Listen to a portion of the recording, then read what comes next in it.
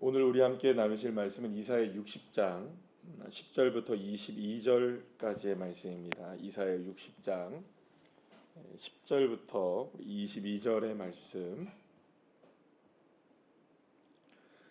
우리 함께 합독하시겠습니다. 내가 노하여 너를 쳤으나 이제는 나의 은혜로 너를 불쌍히 여겼은즉 이방인들이 내 성벽을 쌓을 것이요 그들의 왕들이 너를 섬길 것이며 내 성문이 항상 열려 주야로 닫히지 아니하리니 이는 사람들이 내게로 이방 나라들의 재물을 가져오며 그들의 왕들을 포로로 이끌어 옴이라.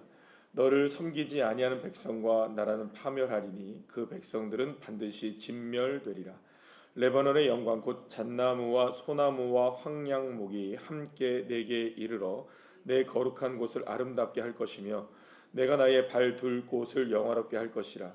너를 괴롭히던 자의 자손이 몸을 굽혀 내게 나오며 너를 멸시하던 모든 자가 내 발 아래에 엎드려 너를 일컬어 여호와의 성읍이라 이스라엘의 거룩한 이의 시온이라 하리라.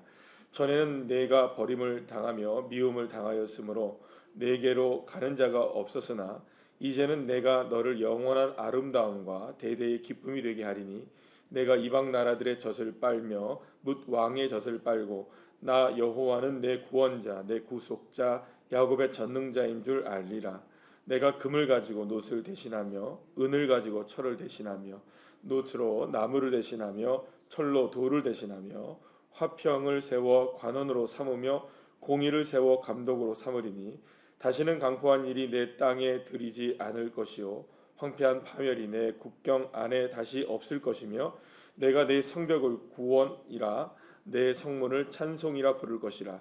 다시는 낮의 해가 내 빛이 되지 아니하며 달도 내게 빛을 비추지 않을 것이요 오직 여호와가 내게 영원한 빛이 되며 내 하나님이 내 영광이 되리니 다시는 내 해가 지지 아니하며 내 달이 물러가지 아니할 것은 여호와가 내 영원한 빛이 되고 내 슬픔의 날이 끝날 것임이라. 내 백성이 다 의롭게 되어 영원히 땅을 차지하리니 그들은 내가 심은 가지요 내가 손으로 만든 것으로서 나의 영광을 나타낼 것인즉 그 작은 자가 1000명을 이루겠고 그 약한 자가 강국을 이룰 것이라. 때가 되면 나 여호와가 속히 이루리라. 아멘. 할렐루야.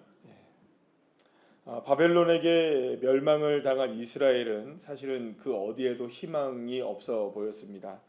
수천 킬로미터 떨어진 그 자기네 고향에서 수천 킬로미터 떨어진 곳으로 끌려가서 살아야 했고 자기가 먹고 싶은 걸 먹지 못하고 자신의 이름조차 다 바뀌어지고 그리고 삶의 터전이 완전히 바뀌었잖아요. 그러니까 얼마나 여러분들 엄청난 고난과 마음에 엄청난 부담을 가지고 살아가야 했을까? 우리가 뭐 사실은 상상할 수가 없는 일이겠죠.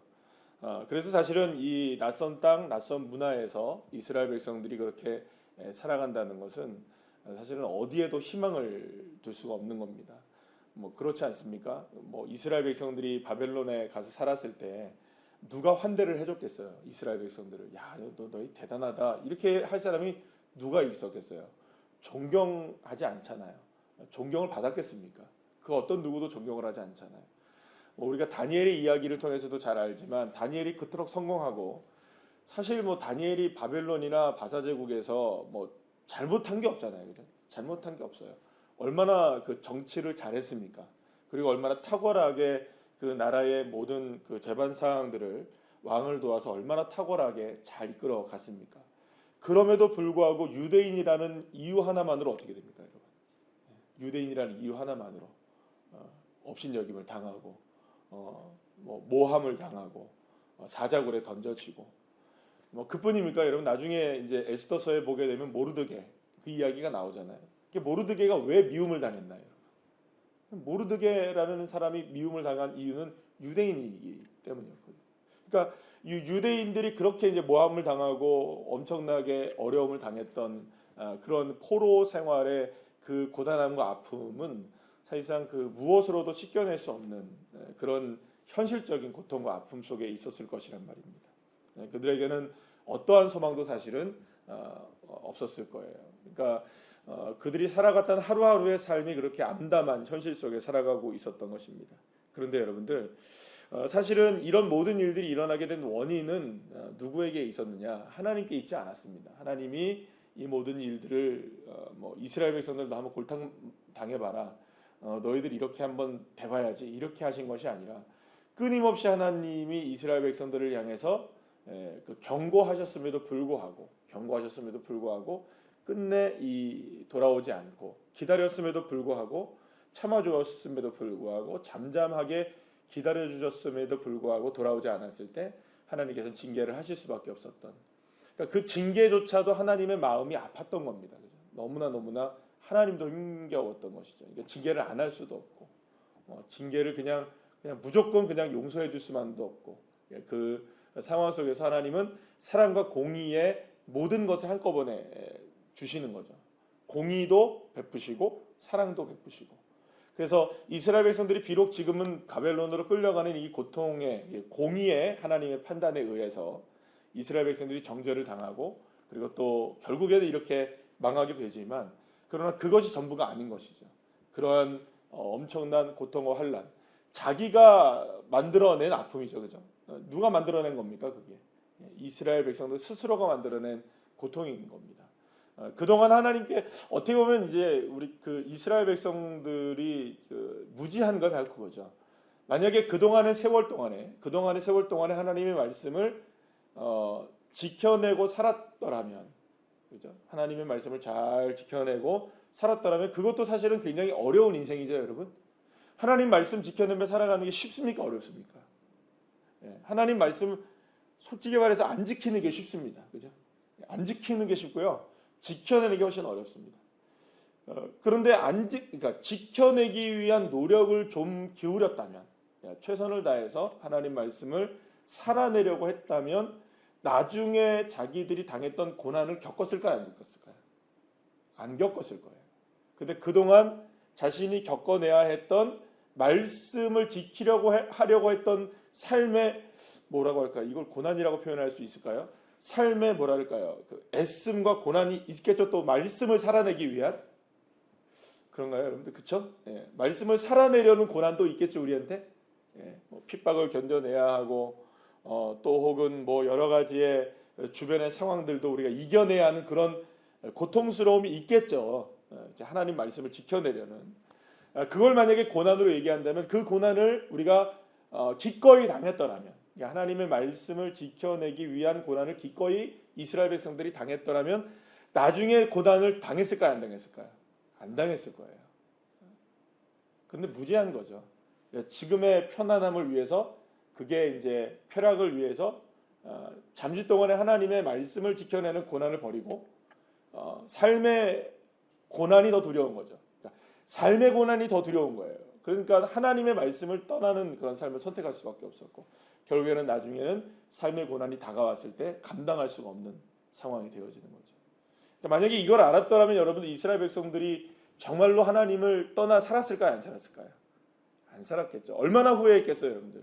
이스라엘 백성들이 멸망하고 바벨론으로 끌려갔을 때 얼마나 후회를 했겠어요, 여러분들. 후회 안 했겠습니까? 후회했겠죠. 가슴을 쳤겠죠. 아이고, 이렇게 될 줄 몰랐다. 이렇게까지 될 줄은 몰랐다. 그런 생각 안 했겠습니까? 그런 말 안 했겠습니까? 근데 그렇게 된 겁니다, 지금. 근데 그런 상황에서 하나님은 사실은 어떻게 보면은 이 모든 책임을 누가 져야 하는 겁니까? 지금 이스라엘 백성들이 사실은 다 져야 하고, 자기들이 알아서 수습해야 되는 게 맞습니다. 그러니까 하나님은 이제 눈 딱 감고, 난 모르겠다, 니들이 알아서 해라, 난 너 버렸다, 끝이죠. 그렇게 되면 이제 여러분들 속 편한 거 아니에요? 하나님도 이런 속 끓는 아들 그냥 버린 겁니다. 그냥 버리면 되는 거죠. 그러면 되는데, 하나님도 그러지 못하는 거죠. 이스라엘 백성도 사실은 거기에서 이제 더 나아가지, 이제 그 세상을 더 의지하지 않게 되고, 또 하나님을 의지하게 되는 사람들로 변화되면서, 여기에서 이제 이스라엘 백성들의 삶의 소망이 끊어진 상황에서, 이제 소망은 누구밖에 없는 겁니까? 자신들의 삶 속에서 일어나는 어떠한 그 무엇으로도 이스라엘 백성들이 회복될 수 없다는 걸 알기에, 이제는 소망을 누구에게 둘 수밖에 없습니까? 여호와 하나님께만 둘 수밖에 없는 상황이 된 겁니다. 그래서 하나님이 오늘 본문의 말씀을 통해서 여러분들 놀라운 그 약속을 또 하십니다. 그러니까 이사야서의 후반부에 이르면은 여러분 계속해서 우리가 롤러코스터로 타는 것 같아요. 그죠? 한 번은 뭘 합니까? 하나님이 축복을 하시고 위로하시고 소망을 주시고 또 회복될 것이라는 기대감을 이렇게 주시면서도 하나님이 뭐 하십니까, 여러분들? 공의와 정의, 너 똑바로 해야 된다. 이런 말씀하는 거예요. 그러니까 하나님이 이제 뭐라고 할까요? 하나님이 이렇게 큰 선물 보따리를 이스라엘 백성들 앞에 딱 보여주면서 야, 내가 너 이걸 줄 건데 잘할래 말래? 너 잘해야 된다. 이제부터 똑바로 살아야 된다. 그래야 내가 이거를 이 선물 보따리를 너한테 줄 수 있다. 그러니까 주려고 하다가도 이스라엘 백성들이 넙죽 받으려고 손을 이렇게 내밀다가도 다시 한번 하나님, 근데 말이지, 너 어떻게 살았는지 알지? 그러면 또 하나님은 막 정의와 공의에 대한 심판에 관한 이야기를 막 하시는 거예요. 그럼 이스라엘 백성들이 우리가 그렇게 살았지. 알겠습니다. 이제는 주님의 말씀대로 살겠습니다. 하면서 하나님 앞에 이제 손을 들어서 이제 주님이 주실 보따리를 또 받으려고 하다가 하나님, 그래, 어쩌겠니, 내가 이 보따리를 또 너한테 줘야지 하면서 이게 주시려고 하다가도 다시, 근데 말이지, 진짜 잘해야 된다 너네. 그래서 또 하나님이 뭐 합니까? 이 보따리에 들어있는 이 엄청난 축복이 어떤 것인지를 또 말씀해 주시다가 하나님 알겠습니다. 이제 저희들 똑바로 하겠습니다. 이게 지금 몇 번 반복되고 있는 거예요. 계속. 오늘은 또 다른 이제 하나님의 보따리가 풀어지게 되는데 어떤 걸 주느냐. 지금까지는 이제 하나님이 어떤 얘기를 하셨냐. 굉장히 조금 뭐랄까요.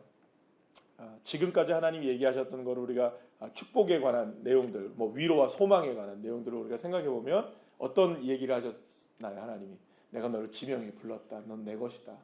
네가 물 가운데 있다 할지라도 내가 함께 할 것이다. 내가 너를 새롭게 할 것이고 새것되게 할 것이고, 그리고 또 광야에 길을 내시고 사막에 강물을 내고 샘물 근원이 되게 하고 에덴 동산이 되게 하고, 이렇게 하나님이 막 축복을 하셨어요. 이런 축복이 오늘 본문의 말씀에 뭐라고 얘기하냐면, 이제는 너희들 삶 속에 너희들을 이제 어떻게 만들 거냐, 세상의 중심이 너희들을 되게 할 거다. 내가 많은 민족과 사람들이 다 너희들에게 돌아오게 할 것이고, 너희들이 지금까지 업신여김을 당했던 모든 것들의 역전이 일어나게 될 것이고, 여러분 너희들의 성문이 닫히지 않을 것이고, 여기서 오늘 이 본문의 말씀에 보면은 18절 말씀에 보면 내 성벽을 구원이라 내 성문을 찬송이라 부를 것이다. 이런 말이 나오잖아요. 그리고 너희들에게서 이제 해가 지지 않을 것이다. 막 나오면서 하나님께서 또 이런 그 형이상학적인 이야기도 하시지만 특별히 어떤 얘기를 하게 됩니까, 여러분들? 17절 말씀 아주 좋은 말씀 있습니다, 여러분들. 어떤 말씀이? 내가 금을 가지고 놋을 대신하며, 할렐루야. 아멘을 하셔야 되는데 아무도 아멘을 안 하시네. 은을 가지고 철을 대신하며, 놋으로 나무를 대신하며, 철로 돌을 대신하며, 여기 여러분들이 혹시 지금 금붙이가 아닌 것들이 있습니까? 혹시 이렇게 혹은 쇠 같은 거 이렇게, 아니 저 딱 보이는 게 뭐가 있냐면, 우리 권사님들 지금 보니까 자크가 보여요. 자크. 하루 아침에 뭐가 되는 겁니까? 그게 금이 돼요. 놀랍지 않습니까? 그렇다는 거예요 지금. 그러니까 지금까지는 내가 이제 쇠 이런 걸 쓰다가 이제는 그런 거는 이제 눈에 들어오지도 않는 거예요. 뭘 쓰는 겁니까 이제? 금과 은으로 모든 것을 대체하게 되는. 야, 금반지 괜히 샀죠, 그죠? 목걸이 괜히 산 거예요. 그냥 조금만 참으시면 노치 이게 이렇게 그 금이 되는데, 조금만 참으시면 되는데, 그러니까 하나님이 그렇게 하신다는 거예요.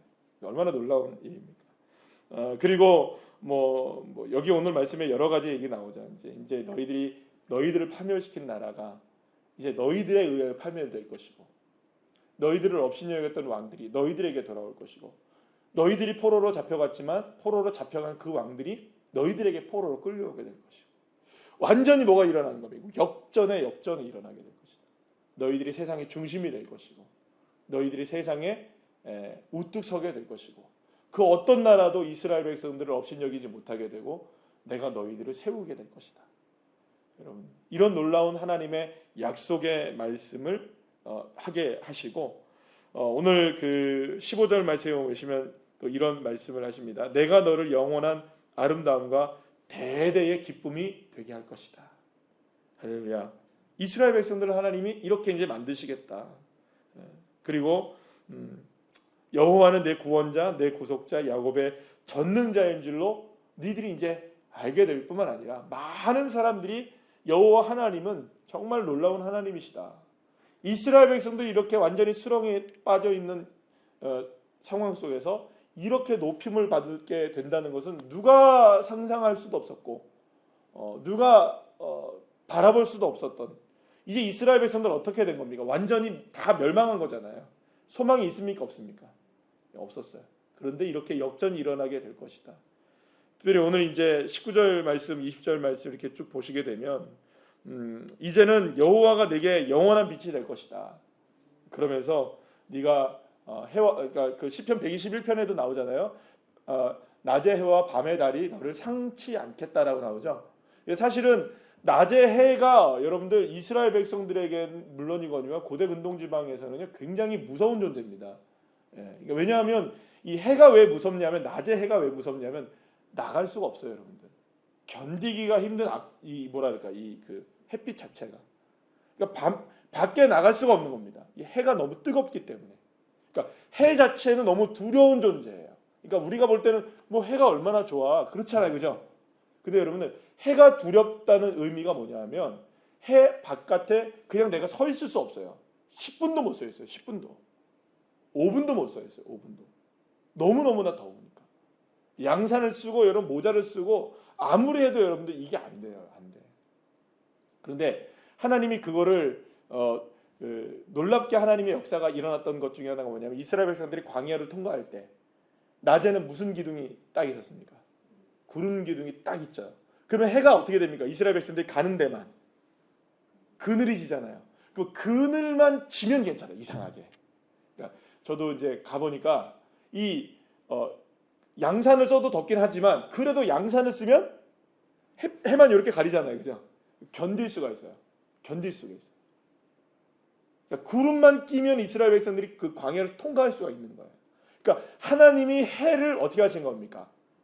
가리시게 된 거는 해가 너희를 상하지 않게 한다는 거예요. 달이 여러분들 얼마나 무서운 존재입니까? 왜 무서울까요, 여러분들? 밤이잖아요, 밤. 한밤에 이 한밤이라는 게 얼마나 두려운 일입니까? 밤이라는 것 자체가 빛이 없어져 버리니까. 근데 그 밤에도 상치 않는 이유는 뭡니까? 밤에 무슨 기둥이 있습니까? 이스라엘 백성들에게. 낮에는 구름 기둥이라면 밤에는 불 기둥이 있어요. 그러면 밤에도 밝아지게 되는 거죠. 그러니까 밤에도 여러분들 상하지 않게 하고 낮에도 상하지 않게 하시는 하나님의 역사가 있는 거예요. 모든 사람들이 낮도 해 때문에 두렵고 햇빛도 두렵고 달빛도 두려운 그런 상황 속에서 하나님 그거를 극복하게 하시는 거예요. 왜냐? 여호와 하나님이 빛이 되어 주시고 여호와 하나님이 그 모든 것을 대신해 주실 것이다. 그러니까 모든 시간 속에서 누구를 도와주겠다는 겁니다. 이스라엘 백성들에게 도움을 줄 것이고, 시편 121편 여러분 생각해 보면 나의 도움이 어디서 올꼬? 나의 도움은 천지를 지으신 여호와에게서로다. 할렐루야. 그러니까 이 믿음의 고백이 이제 이스라엘 백성들에게 그대로 이루어지게 될 것이고, 마지막에 22절에 놀라운 말씀을 하죠. 작은 자가 1000명을 이루겠고 그 약한 자가 강국을 이룰 것이라. 여러분, 이게 언제 이루어지게 될 것이냐? 때가 되면 나 여호와가 속히 이루리라.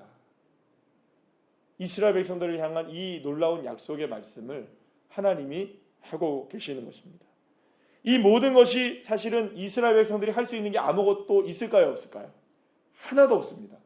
이 중에서 여러분들이 이스라엘 백성들이 지금 현재의 상황 속에서 하나님이 아무리 이 말씀을 하신다 할지라도 그 어떤 것 하나 이스라엘 백성들이 손 하나 깜짝해서 이 일을 이룰 수가 있을까요, 없을까요? 없어요. 없는 일을 말씀하고 있습니다. 도무지 일어날 수도 없고 상상조차 할 수 없고, 지금 이스라엘 백성들이 어떤 상황이라는 거 아시잖아요. 포로로 끌려가 살고 있는 상황 속에서 지금 하나님이 이 말씀을 통해서 작은 자가 천명을 이루고 약한 자일지라도 강국을 이룰 것이고 이게 너희들이 밤에 낮의 해와 밤의 달도 너희들을 상하지 않게 하실 것이고 너희들에게 내가 영원한 빛이 될 것이고 너희들이 영원하게 높임을 받는 존재들이 될 것이고 이런 모든 일들은 여러분들 하나라도 요만큼이라도 여러분들 이스라엘 백성들의 능력으로 될 수 있는 게 아무것도 없어요. 그러면 누가 이루시는 겁니까? 진짜로 누가 이루셔야만 합니까? 하나님이 이루셔야만 합니다. 그러면 결국에는 이스라엘 백성들이 지금 소망을 가져야 되는 건 딱 한 가지밖에 없는 거예요. 딱 하나입니다. 이걸 누가 하신다? 여호와 하나님이 이루신다. 내가 할 수 있는 게 아무것도 없다. 그러니까 결국에는 이스라엘 백성들이 바벨론으로 끌려가게 됐던 이유 중에 하나는 딱 하나입니다. 뭘까요? 결국에는 이스라엘 백성들이 바벨론으로 끌려가서 자신들이 처절하게 깨닫게 되는 한 가지가 있는 거예요. 아, 우리가 할 수 없구나. 우리가 한다고 해서 되는 일이 하나도 없구나. 내가 할 수 있는 일이 아무것도 없다는 이스라엘 백성들의 절망입니다. 끝없는 절망. 소망이 있습니까? 없습니까? 없어요. 이스라엘 백성들에게는 소망이 없는 거예요. 아무런 소망. 그런데 그 엄청난 그 절망과 그 깊은 수렁에서 바다 끝에서 어디든 끝에 이르렀게 되었을 때 비로소 하나님은 구원의 여명을 베풀어 주시고 빛을 베풀어 주시고 그곳에서부터 주님은 끌어내셔서 회복의 역사를 주실 뿐만 아니라 높이 들리게 하시는, 이루게 하시는, 그 누가 하시는 일인가? 진짜 하나님밖에 하실 분이 없으시구나. 그럼 사랑하는 여러분, 저와 여러분에게 있어서도 진짜 하실 분은 누구십니까? 하나님이십니다. 아무리 애쓰고 내가 한다 해서 될 일이 아닙니다. 정말 하나님이 하시는 일입니다. 얼마 전에 우리 기쁜 소식, 좋은 소식이 있었어요. 우리 고른 사모님이 임신했다는 소식이 들렸어요. 태명이 뭐냐고 제가 물었어요. 그랬더니 핫대래요. 핫대. 그래서 제가 진짜 태명 예쁘다 그랬어요. 이제 예쁜 게 아니고 멋있다. 이제 아들이니까.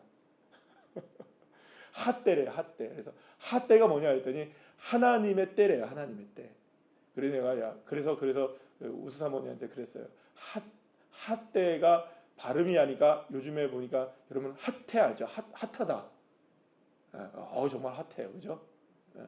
정말 뜨거워요. 그죠? 정말 대단하신 뭐 그런 것 같아요. 그래서 정말 그 이름이 핫하네.